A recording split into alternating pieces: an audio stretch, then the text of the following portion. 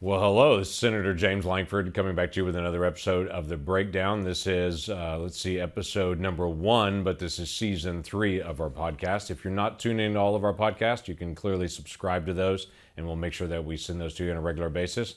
The Breakdown is set up to make you the smartest kid at the water cooler, talking about all the current events. We try to take some of the things that you see a little bit on the news and then take it a whole lot deeper and to be able to go behind the scenes on it and to say what's actually happening, how can we learn more about this, and have some real dialogue so that when you are interacting with family, friends, with others on social media or at work or at church or wherever you may be, and the topic comes up, we want you to be well prepared, well versed to talk about it because these issues do matter and they do affect us tremendously. Today's episode is a little bit different. We're dealing with a foreign policy issue, actually, and it's a foreign policy issue that we don't talk enough about in the United States, and it's the issue of Iran. There have been a lot of protests that have happened in Iran for the last several months, but quite frankly, some of the issues with Iran go back decades and have continued to be able to grow. And this is not about the people of Iran. The people of Iran are passionate, looking for freedom and religious freedom and opportunity to have a free press and opportunity to have free speech. The people of Iran are living under the oppression of a regime that is literally crushing them as a country and is having a tremendous impact on the entire region, and it quite frankly reaches all the way to the United States as well. So we have the opportunity to be able to talk through an issue and to be able to dig on a little bit deeper on this today. And we have a guest with us today. Masih Alinejad is joining us today. Now, you may not know that name right off the top of your head, or you may know it and is why you're joining it. Masih has 11 million social media followers, but she grew up in a tiny village in northern Iran, but she has had a massive global impact. She has been passionate about human rights and about freedom, even from her time as a teenager. In fact, she was arrested by the Iranian regime, even as a teenager, for having a student newspaper and trying to be able to just get basic information out on that. She moved to Tehran and became a parliamentary journalist in Tehran and exposed a lot of the corruption in the government there and literally had to flee for her life in 2009 out of Iran. But she has continued to be able to speak out passionately for the people of Iran and for freedom around the world on that. And we're very proud of the way that she has continued to articulate this. One of my favorite quotes is the New York Times has described Masih as the woman whose hair frightens Iran. Which is a great way to be able to introduce you. We are very grateful, Masih, that you're joining us today. Glad to be able to have you in the conversation and look forward to the ongoing dialogue. So thank you for joining us here. Thank you so much, Senator, for having me on your show. It's a pleasure. But I have to say that this hair and the hair of women of Iran scared the Islamic Republic. And apparently has for a long time. This has not been a new thing for you. And a lot of folks have talked recently about women taking off their hijab based on just their own religious preferences and their own religious expression, that you have never been opposed to the hijab, saying it should be just a choice for individuals to be able to live or not live. But this is not a new thing for you. It's a lot of thing for Americans recently to say there's some protests, but this is 8 or 9 years that you've been out there speaking on this on social media. Is that right? That's true. But first of all, let me actually thank you for your support of Iranian uprising. I mean, I know that it has been months that you've been echoing the voice of Iranian people who are facing guns and bullets right now, right, and executions to bring the Islamic Republic down, to have democracy, to have dignity and freedom. As you said, yes, 8 years ago, I launched a campaign against compulsory hijab. And I remember that 4 years ago at Stanford University, my talk, the title of my talk was very simple. Next revolution will be led by women. And that is happening right now. We are in the middle of a revolution led by women, supported by men. Clearly, it started because of the brutal death of Masih, 20-year-old woman who was killed in the hand of morality police. But it's not just because of hijab. Now it's beyond that. Iranians are actually chanting against dictators. So to us, compulsory hijab or covering our hair, it's just one of the most visible symbol of oppression. When you go to my Instagram page, when you check the hashtag "my camera is my weapon," you understand that. how the Islamic Republic writes their own ideology on our body, and women are walking unveiled, practicing their civil disobedience, but saying that this is just the beginning and we want to end a gender apartheid regime. Yeah, I can definitely understand that. Thank you for standing up, for speaking out so clearly at the risk of your own life and your own ability to be able to live freely and to be able to walk around, and obviously to be able to live in your home country, even to be able to operate there. Let me ask you just a general question on this. Iran is 10 time zones away from the United States. It's a long way. Why should Americans care about what's happening in Iran? Why does this matter? Why should this matter to us? Oh, Senator, that's a very, very good question, because I often get that from many American politicians saying this, that, what's going on in Iran is your problem. We should not interfere. I mean, I'm being very clear. I don't want the American government bring democracy for us or bring regime change for us. But honestly, human rights, it's a global issue. And while people of Iran challenging the regime and wanting to have regime change, this is very important that American government, who, I mean, for us, millions of Iranian Americans, beacon of hope, then they have to support, the human rights and the people of Iran. This is no doubt because it's human rights should be global. But most important than this, I want to actually give you a better picture that why Americans should care about this. Because the Islamic Republic is not just a threat for Iranians. It is a threat for Americans. Look, I myself was the target of kidnapping plot, assassination plot on U.S. soil. Now I live in safe house. The FBI protect me. And it was not just me. Don't forget, the Iranian government actually went after American officials, former officials, Mike Pompeo, Brian Hook, and many others. And just a few months ago, Salman Rushdie was the target of assassination plot. Why? Because Khomeini, the Ayatollahs in Iran, and Khamenei, they promoted the fatwa against Salman Rushdie. And he was the target of assassination plot here on U.S. soil by a person. When you go on his social media, you see that he was big fan of the Ayatollahs. So you see, as far as the Islamic Republic is in power, Americans are not safe on U.S. soil. I want to give you another example that why should Americans care about what's going on in Iran. Right now that I'm talking to you, the Islamic Republic is a threat for the region, from Yemen to Syria to Iraq. You know, the people in the Middle East, they really detest the Islamic Republic because they know how the Revolutionary Guards kill innocent people in the region. The Islamic Republic is a warmonger regime. If you don't care about the region, then how about Europe?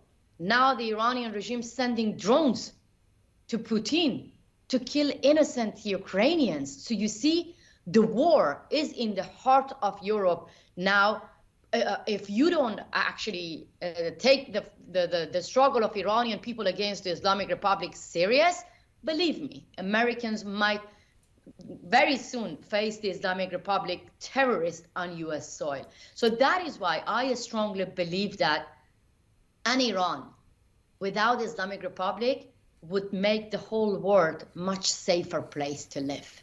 So I have to say, Masih, I was just in the Middle East region just a few days ago, actually. I was with a bipartisan group of senators that went on Abraham Accords countries. That would be Morocco, Bahrain, United Arab Emirates, and Israel. And as we met with the leaders of those four countries, and we met with multiple other folks from other areas there in the region, the consistent theme that came up from every single country was Iran is destabilizing the region. The IRGC, the terrorist actions that are happening, Iran, the regime's support for Hezbollah and for Hamas and for Islamic Jihad, for the Houthis in Yemen, and them launching missiles into our allies. It was a remarkable conversation that I didn't expect to be as loud as it was. But in every single country in that region, they kept saying we would be a lot more stable as a region and as a country if Iran wasn't trying to meddle in our affairs and actually bring active terrorism to us. So it's not only here in the United States that we face real threats, and you have faced threats from Iranians, and other American officials have been threatened directly by Iranians, but it's through that entire Middle East region. And as you mentioned, also in Europe, as they're shipping these drones into Russia, they've now formed this partnership with Russia to be their arms dealer and supplier to be able to attack the Ukrainians. So there is a very real threat for American security, the security of our allies, including Israel and multiple others in the Middle East, and also in Europe. So this is a growing threat, especially as the Iranian regime continues to work towards having a nuclear weapon. If they have terrorist activities now, imagine that same regime owning a nuclear weapon and what they could then do to be able to terrorize their neighbors. It is a game-changing event. And people forget how much larger... This is a fact, Senator. This is a fact that the Islamic Republic is a threat for democracy. You know, and that is why when you mention about your bipartisan trip to the region, it's very important. Look, the Islamic Republic hates America. They don't care whether you're Republican or you're Democrat. If they want to kill you, they never ask whether you're left or liberal or right wing. They say death to America. So that means that we, you know, for the safety of Americans, for the safety of the whole world, and to protect democracy, we have to get united. Look at from Russia to China, Venezuela. I mean, everywhere, dictators are more united than democratic countries, more united than the leaders of G7. You know, Senator, when we're talking right now, the Iranian regime took American citizen hostage, a British citizen, a Swedish citizen, German citizen, French citizens. Right now, we're talking are in prison and they're being used like bargaining chip to get nuclear deal. Imagine a day, the leaders of G7, all these democratic countries, get united, downgrade their relation with the Islamic Republic and ask them, first, release all the innocent political prisoners, stop killing innocent people, then we're going to negotiate with you. But unfortunately, we see that, you know, the Republican and Democrats are not as united as dictators to tell them that we're going to stop negotiate with these murderous regime. And that actually breaks my heart. Yeah, it does as well, and for a good reason. So walk us through, you have a lot of contacts that are still in Iran, though communication is very limited there. The regime controls the type of communication and tries to limit social media interaction and limit the internet access to the people of Iran. But you're able to communicate with some folks that are there. Give us a sense right now what's happening actually in Iran, because the protests are not on our television every day anymore. And we're not sure they're happening in the streets anymore, and we can't tell what's really going on. So help us know what's going on right now in Iran. First of all, I have to say that the uprising are continuing because, you know, in different form, the revolution has different phases. The first wave was actually daily protests. But what happened, Senator? The Islamic Republic killed more than 700 people. So I'm going to slow you down. I'm going to slow you down for just a second so everybody gets that. Yeah. During this time period, just in the last year, during this uprising, the regime has murdered 700 people during this time period. Yes, and 19,000 people got arrested for peacefully protesting. Unarmed people, 19,000. I mean, these are not numbers. These are not statistics. People. 50 of them are in death row. 5 of them got hanged. Imagine a day that the Revolutionary Guards go to the prison and tell young protesters, 19 years old, 20 years old, Mohsen Shekari, Majid Reza, Mohammed, and telling them that, are you ready to be hanged, to be executed? And they did. They executed 5 innocent protesters for peacefully demanding democracy and dignity. They raped women in prison. And this is not me saying that. CNN broke this story. You know, many young women and men being blinded. They lost their eyes for peacefully protesting. So as you see, the level of the brutality and crackdown is very intense. So that's why now we are actually witnessing different form of protest. You know, the mothers of those people, the fathers of those people who got killed, they turned the funeral to a massive protest against the Islamic Republic. Clearly, the more that the Iranian regime killed, the more that people get determined to bring this barbaric regime down. But we are in a different phase. Now we see a sense of unity among oppositions inside and outside Iran.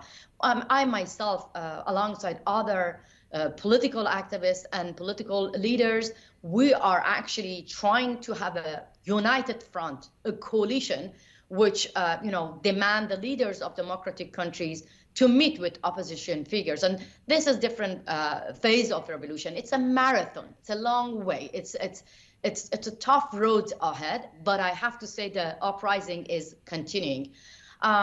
So the way that we communicate and people communicate to each other, it's through different apps, social media, Instagram, Twitter, WhatsApp, Telegram. But to be honest, the Islamic Republic know how to control them. Right now that I'm talking to you, the social media are filtered in Iran. How ironic. The Islamic Republic, the Ayatollah who banned 80 million people from using social media, they are enjoying freedom of expression on Twitter and Facebook. Can you believe that? So clearly I have to say that we need free internet. We need more Starlink, the way that the West helped Ukrainian to have a Starlink. We need the same support as well. The Islamic Republic tried to actually shut down the internet or have inner internet access for the Islamic Republic to detach the whole nation from the rest of the world. So I think the US government can take the lead and help Iranians to have free internet. This is what we need right now. Just the opportunity to be able to talk to each other, to be able to help coordinate, to be able to tell the stories, because as the stories are being oppressed, in silence, the opportunity to be able to tell those stories is meaningful to other people. So is the uprising itself and all of the frustration with the regime, is this just in one area of the country, or is it scattered all over the country?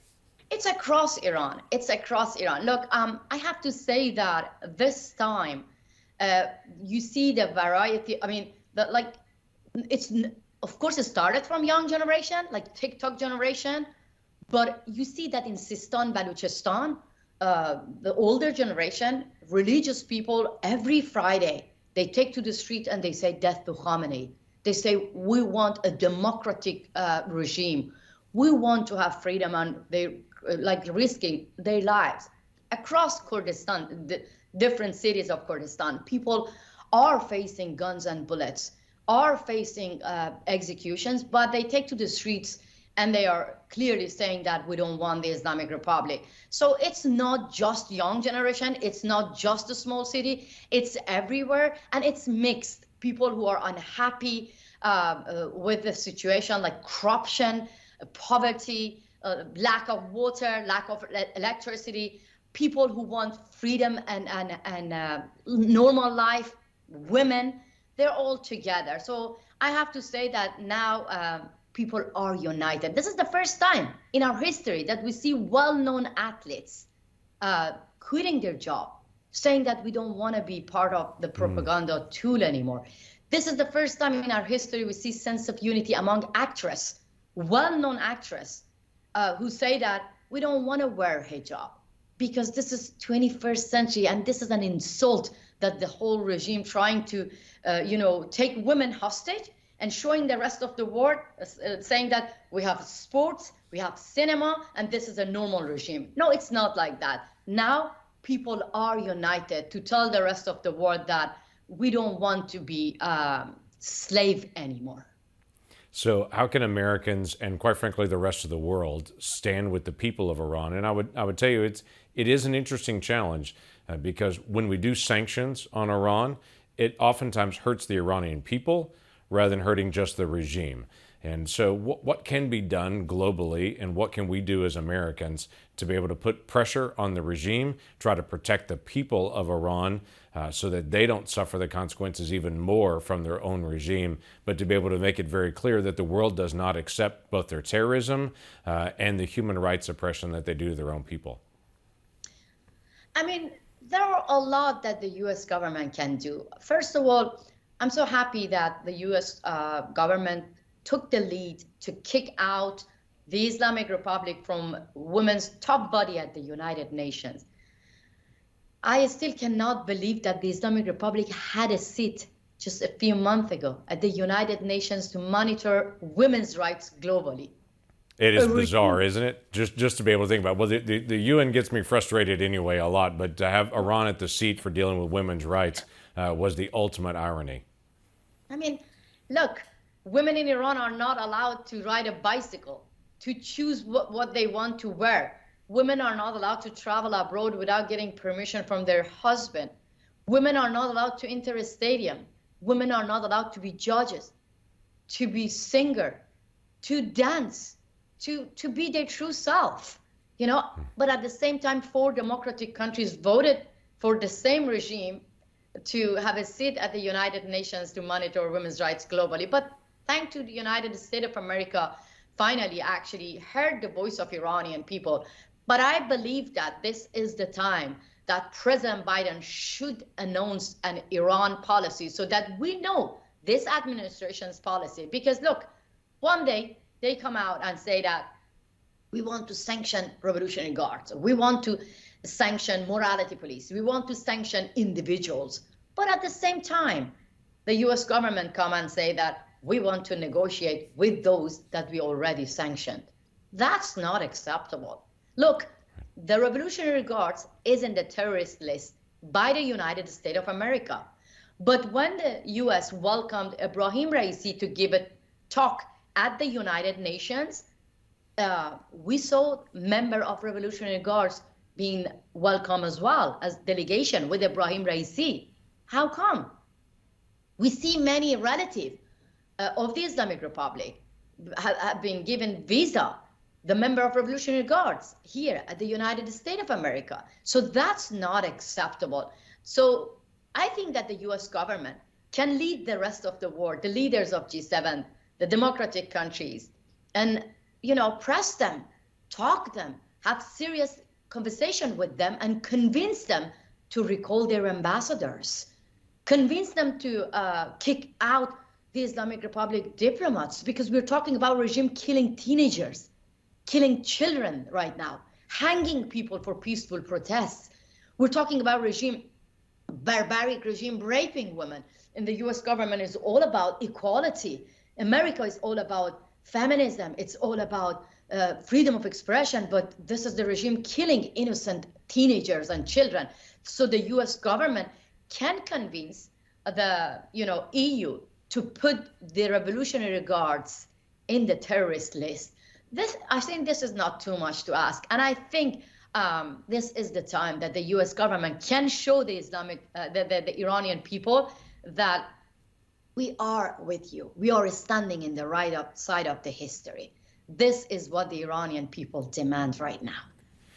To be seen, and that's what I hear so often from different Iranian Americans, is that they want to know that as Americans, we see what's going on, we're speaking out on what's going on, we're affirming to those that can get communication into Iran that your protests are being seen by the rest of the world, and that we understand the plight that you're actually facing. So the action of actually keeping sanctions, encouraging other nations to be able to also put sanctions on the IRGC, to be able to actually enforce our sanctions. China is a leading purchaser of Iranian oil, and to be able to continue to engage on that and be able to find ways to be able to shut off the supply of money coming into the IRGC, to be able to activate against their terrorism, and to be able to unite allies to be able to speak out. And as you mentioned, to be able to encourage kicking out of Iranian diplomats all over the world, because a lot of people don't know that the diplomats are not just there to have diplomatic conversation. They're often there to develop economic relationships with that country and to be able to expand the economic reach of Iran into other countries. And so when we're kicking out those diplomats, we're isolating the regime itself and not allowing them to continue to have more and more money. And for the Iran nuclear deal, and this is one I've spoken on a lot, anyone who's followed me for a while knows I've been adamantly opposed to the United States government negotiating with this regime in Iran. I think it does send a double message to the people of Iran to be able to negotiate with them. But I've spoken out often to the President Biden and his leadership to say this is the wrong time to have any conversations with the Iranian regime on a nuclear agreement, because this regime is not going to keep their agreements anyway.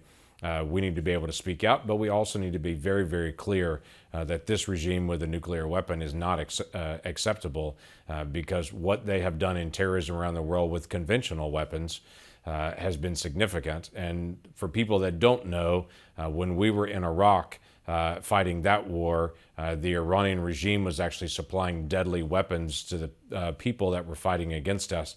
And we had thousands of Americans that were injured or were killed in that war in Iraq with Iranian weapons that had been supplied specifically targeting for Americans. So to think that Iran would have a nuclear weapon in the days ahead is unacceptable to the world, and it should be unacceptable to the people of the free world, to say the least. So those are great ideas to be able to speak out.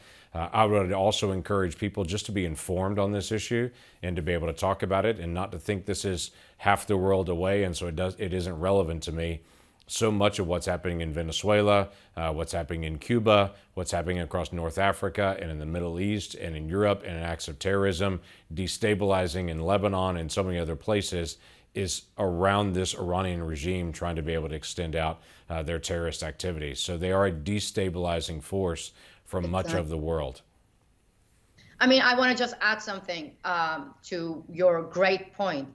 The Islamic Republic is making disasters in region, in Europe, everywhere. Clearly, warmonger regime must be stopped. And this is what actually Iranian people demand, that, as I mentioned from the beginning, Putin, Khamenei, Maduro, all the dictators, they're helping each other. And it's not too much to ask that we ask the democratic country to help those who are fighting for democracy and freedom in these countries. I want to actually thank you for inviting me, but I want to ask the U.S. government to actually have a negotiation and meeting with the leaders of opposition figures, like different leaders now echoing the voice of Iranian people.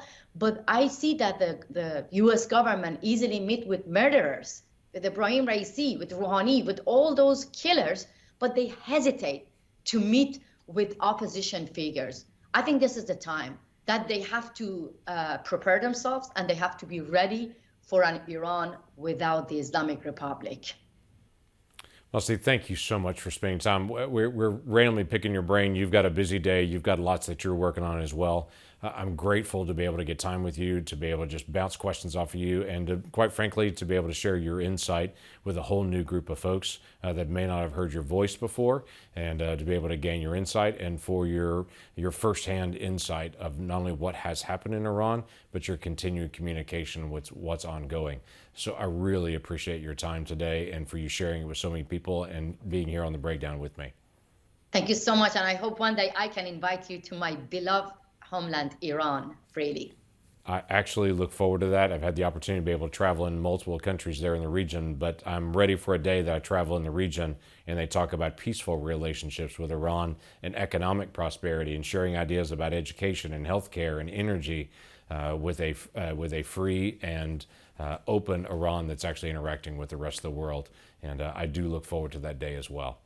Let me make just a couple final comments as we're wrapping up. Thanks for joining us here on The Breakdown. You're always welcome to be able to follow us online just at lankford.senate.gov or on all the social media platforms at Senator Lankford. If you're not subscribing to The Breakdown and getting this podcast automatically, you ought to do that. Any of the places that you get your podcast, you can subscribe to The Breakdown and it will automatically come to you. It comes around once a month on it. Sometimes we don't hit it exactly on that. But around once a month, we'll actually get new information to you and try to make you the smartest kid at the water cooler as you're thinking through all the big issues that we have as a nation and, quite frankly, as a world as we engage. So from our office to yours, we're grateful to be able to serve our nation and grateful to be able to speak out for the issues that really do matter for our national security. Masih, thanks for being with us today. I'm grateful again for you standing up and continuing to be able to speak out. You continue to be able to follow that example as well, to be able to speak out where you see injustice and let's continue to make work for a better world for our kids and for our grandkids in the days ahead. God bless you. Look forward to seeing you face to face. Thank you so much for hosting me. Zandabad, Iran.